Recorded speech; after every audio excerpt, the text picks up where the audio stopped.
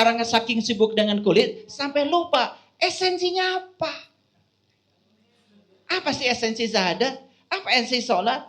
Apa sih esensi apa? Zakat? Apa esensi saum? Apa esensi haji? Hampir tidak memperhatikan esensinya. Semua sibuk dengan kulit. Semua sibuk dengan ritual. Karena semua orang juga biasa melakukan begitu. Dan tidak mempertanyakan. Jarang ya yang mempertanyakan misalnya, kita umroh. Nanti tawafnya 7 putaran ya. Jarang yang bertanya, kenapa 7? Enggak ada.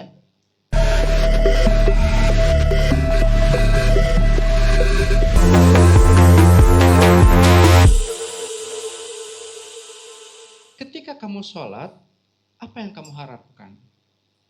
Sebetulnya kamu sholat ngapain? Dan cari apa? Nggak tahu. Kamu puasa 30 hari di bulan Ramadan. Ngapain? Dan untuk apa? Nggak tahu. Hanya melakukan kebiasaan kebanyakan saja. Jika tidak melakukan, nanti aku tidak disebut orang Islam. Misalnya begitu. Makanya aku melakukan, karena aku sudah dicap seorang Islam.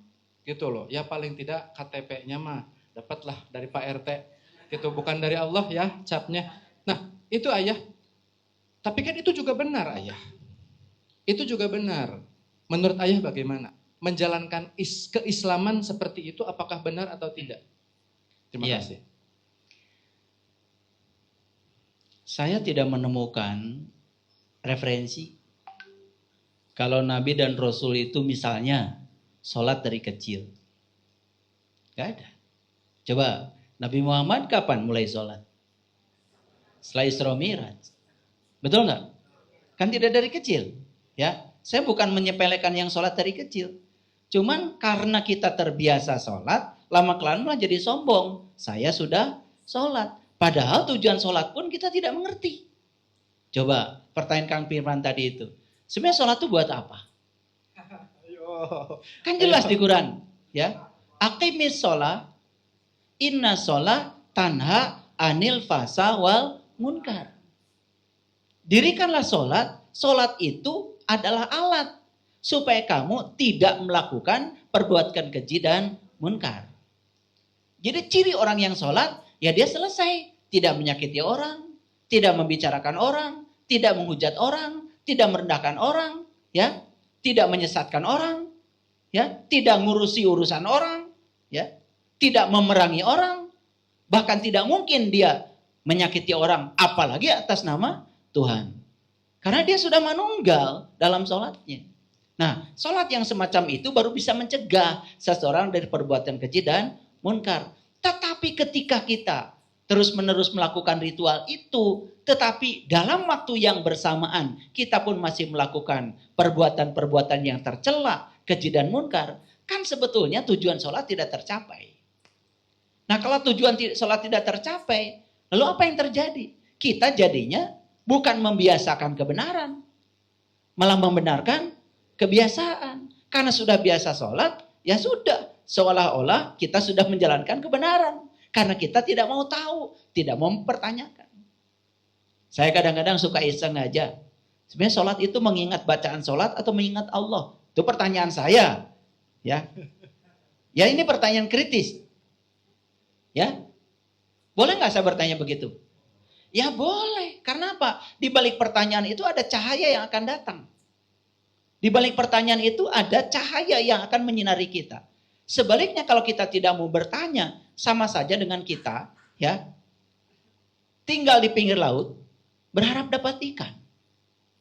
Tapi kalau kita melemparkan kail dan ada umpannya, kan ada harapan.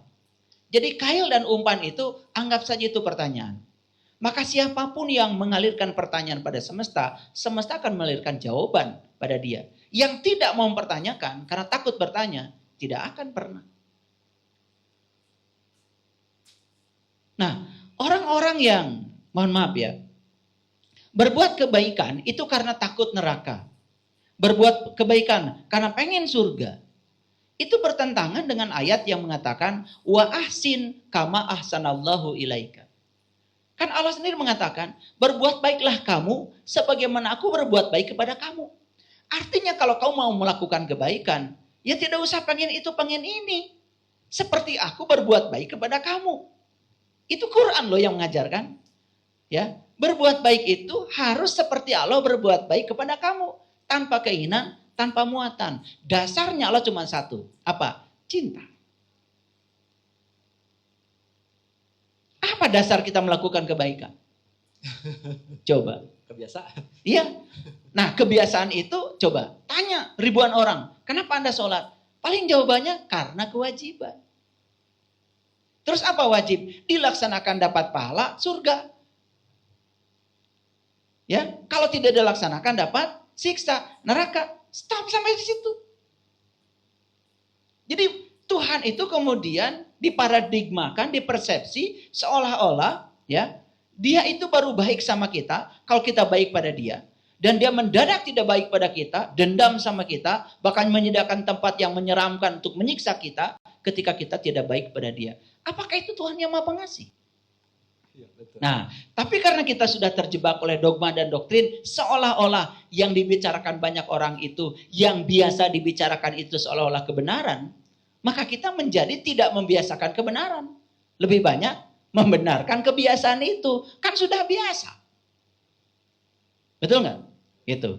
Jadi pertanyaan Kang Firman tadi, apakah ketika seseorang sudah menjalankan ritual agama, sudah menjalankan semua ya simbol-simbol agama, apakah itu cukup? Ya belum cukup.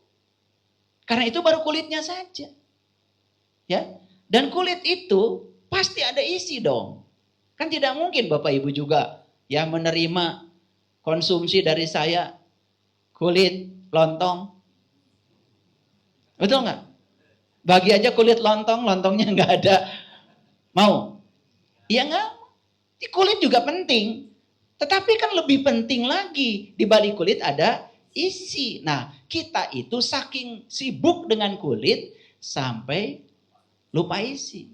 Ini bukan isi. Apa ada kacang lupa kulitnya? Bukan ini. Ini kulit lupa kacangnya.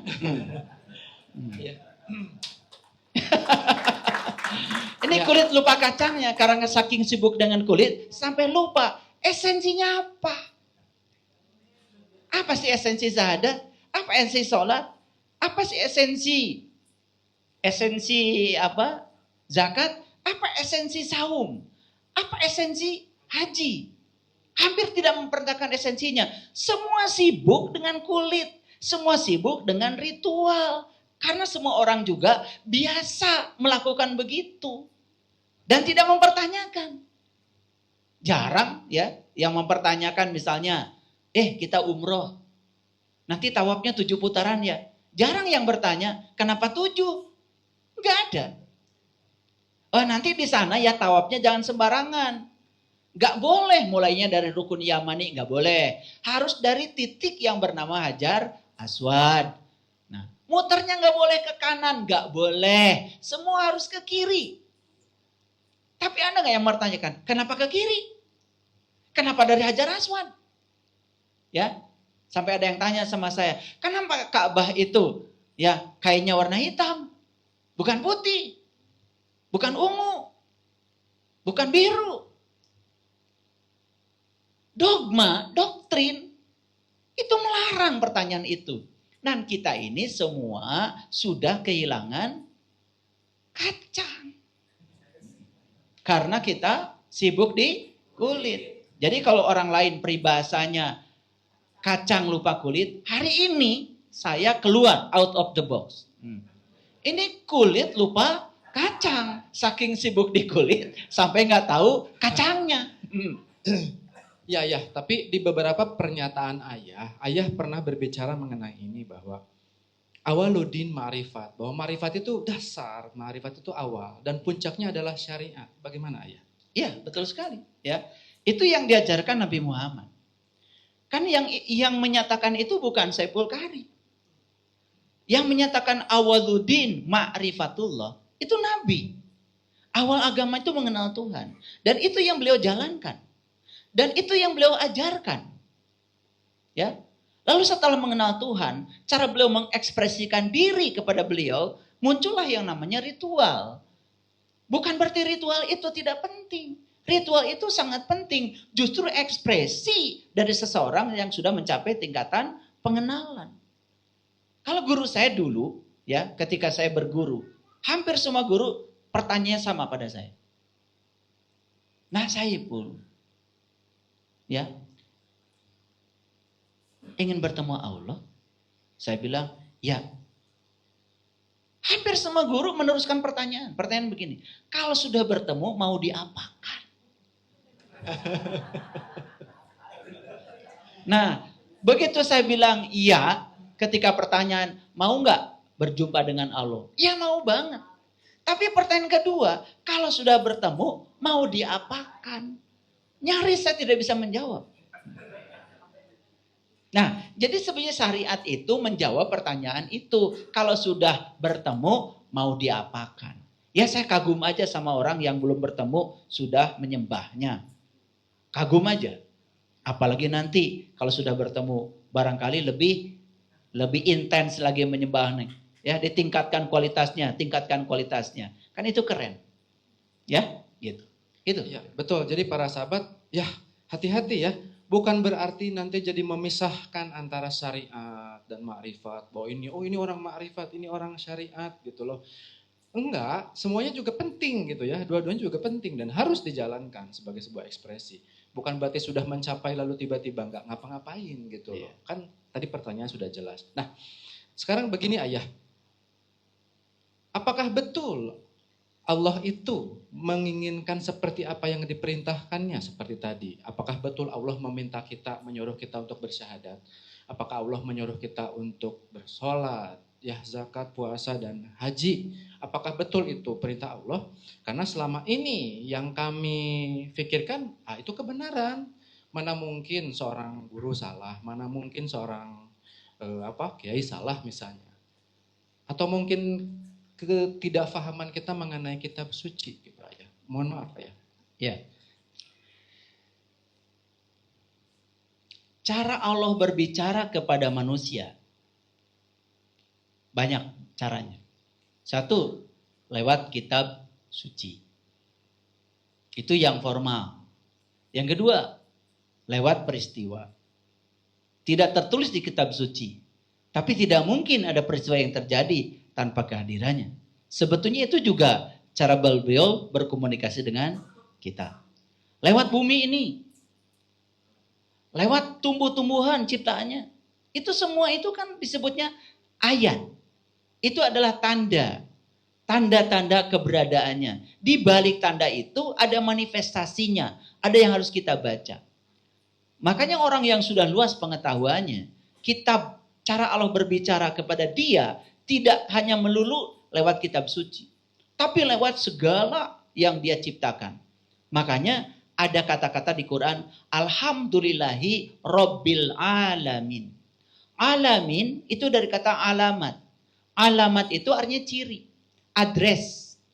Jadi semua ini alamat yang mencirikan kehadirannya. Semua itu alamat yang menceritakan keberadaannya. Makanya semua ini disebut alamin. Jadi alamin itu ya bumi, langit, dan segala isinya. Itu disebut alamin. Ya, gitu. Nah sekarang kita masuk pada kitab suci yang tertulis. Yang diajarkan para nabi, para rasul. Kan di situ diajarkan ya untuk kita bersyahadat. Ada ya. Di Quran surat Al-Buruj ayat yang ketiga. Dan yang menyaksikan dan yang disaksikan. Demi yang menyaksikan, demi yang disaksikan. Besok hari Rabu saya akan bahas. Sudah keluar judulnya. Itu ya, sudah keluar. Itu ada di Quran surat Al-Buruj. Ya, demi yang menyaksikan, demi yang disaksikan. Pertanyaannya, siapa yang menyaksikan dan siapa yang disaksikan? Tergantung tingkat kesadaran seseorang sudah sampai di kesadaran mana. Itu yang pertama. Ya. Kemudian perintah sholat. Jelas ada di Quran. Tetapi pertanyaannya, apakah semua orang yang menjalankan sholat itu mengerti yang diperintahkan sesungguhnya dalam Al-Quran? Itu masalahnya. Betul nggak? Nah, pertanyaan sederhana. Apakah setiap orang yang sholat bisa mengingat Allah? Iya, sedangkan perintahnya sholat itu mengingat Allah. Kan gitu. Jadi makanya jangan sombong. Jangan karena sudah sholat, lalu kita sudah selesai. Makanya banyak orang yang karena ketaatannya menjalankan ritual agama, seolah-olah dia sudah selesai beragama. Padahal tujuan utama agama itu, yang paling akhirnya kan akhlak. Bahkan banyak sekali orang yang menyepelekan keyakinan lokal dari leluhurnya sendiri. Bahkan leluhurnya sendiri dihinakan karena dia menganggap seolah-olah keyakinan yang datang yang dia yakini sekarang itu ya berlawanan dengan keyakinan lokal. Contoh Bapak Ibu, keyakinan di Nusantara misalnya. Leluhur kita tuh mengajarkan tentang sili asa, sili asi, sili wawangi. Mengajarkan ajaran yang sangat luar biasa. Apa itu? Ya, sing bisa nulung kanu butuh, sing bisa nalang kanu susah, sing bisa nyaangan kanu poeken, sing bisa ngahudangkeun kanu sare. Ya, sing bisa nempak kanu poho, sing bisa nganter kanu keeng. Itu aja keyakinan-keyakinan lokal. Dan kalau kita gali lebih dalam, ternyata leluhur kita mengajarkan keseimbangan, mengajarkan hubungan, ya, mengajarkan bagaimana kita menjaga persatuan, betul nggak? Tapi ada juga yang terpengaruh oleh apa? Seolah-olah ketika orang berbicara fasih dalam bahasa tertentu dan mengatasnamakan kitab suci, lalu mengajarkan kebencian, perpecahan, seolah-olah itu kan dianggap kebenaran. Dan situasi seperti itu ada. Lanjut, zakat, jelas perintahnya. Sekarang saya mau nanya Bapak Ibu, arti zakat sendiri coba tanya semua orang. Karena semua orang kalau berpikir zakat selalu berpikir uang. Betul ya, perintah zakat itu perintah supaya kita kaya. Bukan perintah untuk meminta. Dan kebanyakan ketika orang berpikir zakat, berpikir bagaimana meminta. Padahal itu perintah supaya kita kaya. Tetapi zakat sendiri esensinya bukan sekedar membagikan harta. Zakat itu kan bahasa Arab, artinya bersuci. Apa yang disucikan? Nafs. Makanya Imam Al-Ghazali membuat kitab namanya Tazkiyatun Nafs. Ya, bersih-bersih diri. Mengeluarkan harta itu hanya satu komponen dari bersih-bersih diri. Makanya orang yang sudah bisa melepaskan hartanya kan belum tentu bersih. Kadang-kadang sudah mengeluarkan hartanya juga diomongin. Betul nggak? Kadang-kadang ketika orang lain tidak berterima kasih pada pemberiannya pun dia marah. Betul nggak? Kan dia belum bersih kan? Padahal udah mengeluarkan hartanya. Jadi dimensi dari zakat itu sangat luas. Saum. Saum itu kan bahasa Arab. Sekarang dari terminologi Arab saja, perhatikan. Liso imi farhatani, farhatun inda iftorihi, wa farhatun inda liko irobi. Ada dua kegembiraan bagi yang saum. Satu ketika berbuka, yang kedua jumpa dengan Tuhan. Keren banget. Itu saum dalam terminologi Arab dari Nabi Muhammad. Sekarang diterjemahkan jadi puasa. Wah, berarti kita harus belajar dari terminologi lain. Nih saya kasih tahu Bapak Ibu, pernah nggak belajar tafsir Quran macam-macam? Boro-boro macam-macam ya, satu pun belum pernah. Ya, ini udah punya semuanya. Ya, saya udah baca semua tafsir Quran. Dan saya terus terang ya, membaca tafsir Quran bukan mau berdebat dengan orang lain tentang tafsir mana yang paling benar. Gak penting bagi saya. Saya baca tafsir yang beda-beda untuk memperluas wawasan saya aja. Dan saya bukan mau berdebat dengan siapapun. Menurut tafsir ini, gak penting bagi saya. Karena agama itu tidak perlu dipamerkan di ruang publik. Agama itu kan jalan sunyi kita, supaya kita sampai kepada Tuhan. Yang sudah sampai pada Tuhan, dia akan bisa menyerap sifat-sifat Tuhan. Puncak terakhirnya apa? Tahaluk bi ahlakillah. Berakhlak seperti akhlaknya Tuhan. Itulah agama. Makanya mohon maaf Bapak Ibu, saya punya banyak sahabat yang tidak pernah kelihatan di ruang publik. Tetapi Dia mengeluarkan sumbangan besar, bahkan tidak mau disebut namanya. Setiap saya beritahu ada yang perlu dibantu, dia selalu bantu, bahkan tidak mau disebutkan namanya. Tapi ada juga yang di ruang publik, ya, di panggung, menggunakan atribut dan simbol. Nyumbang dikit aja harus diumumkan. Nah, ciri orang yang bertuhan dan beragama, bahkan mungkin saja tidak kelihatan di ruang publik, tapi publik merasakan keberadaan dia. Di mana dia berada, dia merasakan manfaatnya. Pilih yang mana Bapak Ibu? Pilih yang mana? Pilih paham dulu ya. Oke, jadi sekali lagi saya tekankan, itu baru saum. Nah, Bapak Ibu sudah puasa kan?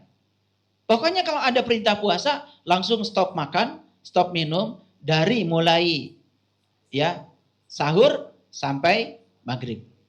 Dan kalau kita sudah menjalankan itu, walaupun kita marah-marah, walaupun kita kesel, walaupun orang menipu di pasar pada lagi puasa katanya. Selama dia taat menjalankan itu, kan kita sepakat itu yang disebut dengan kesolehan. Betul nggak? Ya, kita sepakat disebut kesolehan kan? Karena ketaatannya. Gitu. Alangkah hebatnya coba kalau ketaatan itu disadari oleh kesadaran. Betul nggak?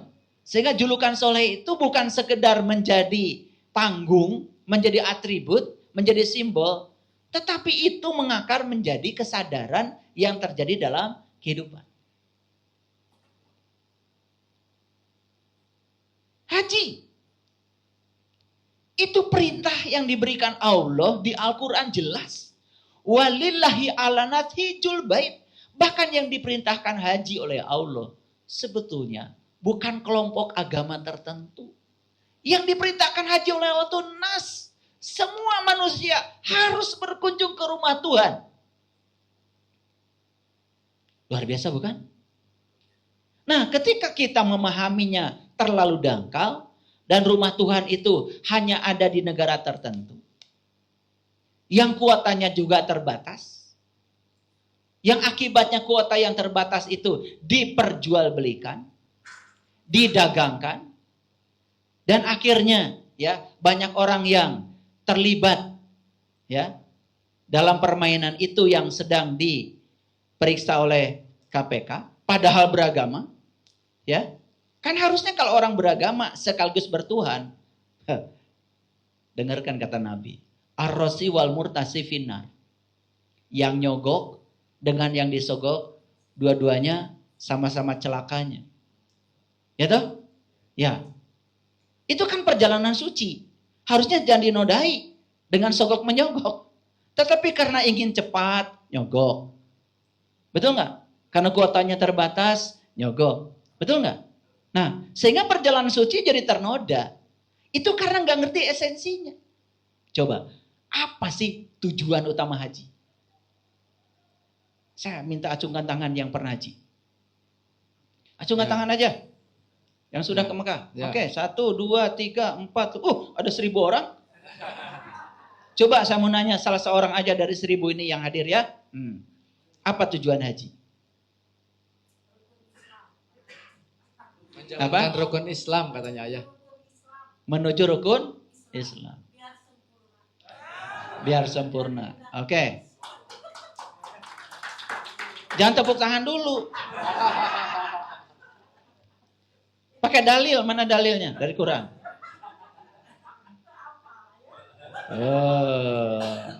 Makanya kan. Berarti kebiasaan. Padahal tujuan haji itu jelas sekali ya di kalimat talbiyah. Labaik Allahumma labaik, labaik la syarika lak labaik. Di situ tujuan haji. Aku berkunjung ke rumah Allah untuk membebaskan syirik yang ada padaku. Nah, syirik itu apa? Syirik itu artinya menduakan Tuhan. Gara-gara apa orang menduakan Tuhan? Gara-gara gak tahu dan kenal kepada Tuhan. Makanya supaya bebas di dosa syirik, disuruh berkunjung ke rumah Tuhan. Untuk apa? Untuk berjumpa dengan Tuhan. Setelah berjumpa, tidak menduakan Tuhan lagi. Makanya diabadikan dalam Quran. Allah berfirman, li'ilafi Quraisy ilafihim rihlatasi ta'iwasri falyabudu robbahadal bait.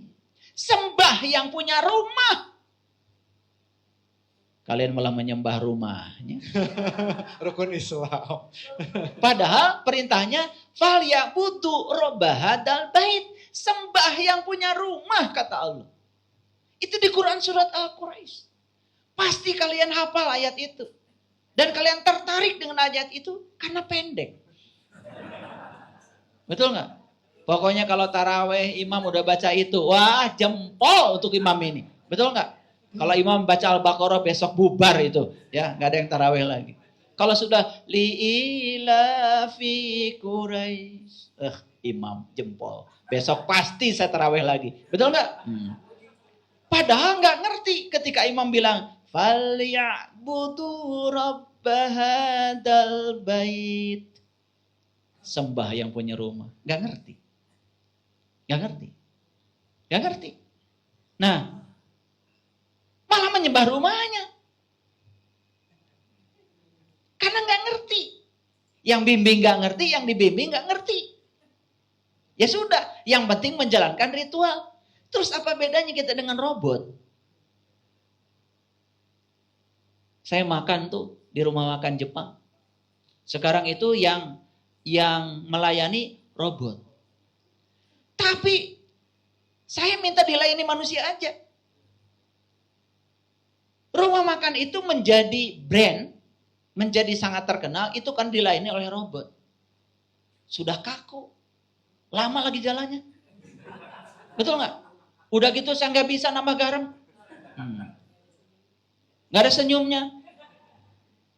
Terus saya bilang sama anak-anak, apa istimewanya rumah makan ini? Dilayani robot ayah. Waduh, ini anak saya udah masalah. Robot dianggap lebih canggih daripada tubuh manusia. Kita melupakan ciptaan Allah yang sebenarnya. Kita menganggap robot seolah-olah lebih pandai daripada manusia. Padahal udah jalannya kaku. Gak bisa ngomong lagi. Betul gak? Iya. Pengen nambah sashimi aja gak bisa. Tetap aja harus balik lagi sama karyawannya. Betul gak? Gitu. Nah itu. Kita kadang-kadang ya mudah sekali ya terbawa arus pada situasi yang seolah-olah situasi itu lebih baik. Jadi kembali lagi Bapak Ibu. Atas pertanyaan Kang Firman tadi.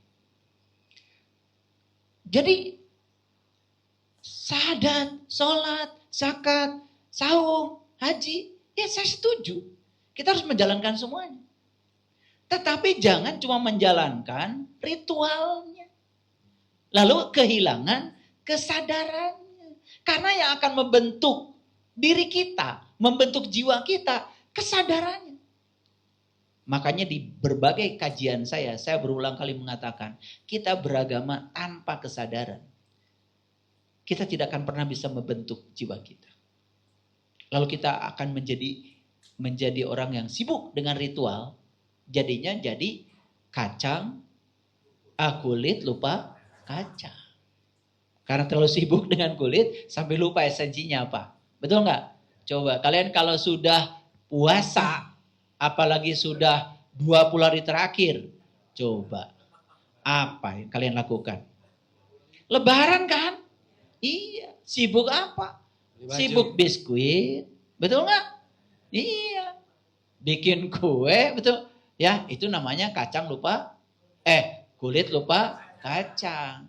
Kacangnya nggak dapet, cuman kulitnya aja, betul nggak? Makanya coba kalian udah lebaran berapa kali?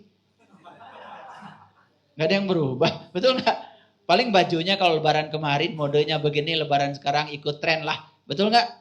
Iya, betul? Gitu. Katanya sekarang warnanya adalah warna ungu. Ungu semua sekampung kan begitu. Ya tahu saya, biasanya di kampungnya Bu Ida ya. Baik para sahabat, tepuk tangan, terima kasih. Ayah, mohon maaf nih. Ya betul, dari tadi kita bicara, sepertinya kita merasa terhibur. Padahal ini sebuah keprihatinan ya, keprihatinan yang luar biasa loh sebetulnya. Dan kita sadari kalau kita meluangkan waktu sejenak ya, memberikan jeda sebentar saja, jangan keduluan sama pikiran yang tadi, yang benar salah kata ayah tadi. Benar nggak sih apa yang selama ini sudah aku jalankan itu paling tidak untuk dirinya sendiri saja gitu loh. Sebetulnya yang tadi dari tadi disampaikan itu keprihatinan semua loh ya. Jadi kalau bisa kita ketawa ya sebetulnya mentertawakan kelucuan dari kita sendiri.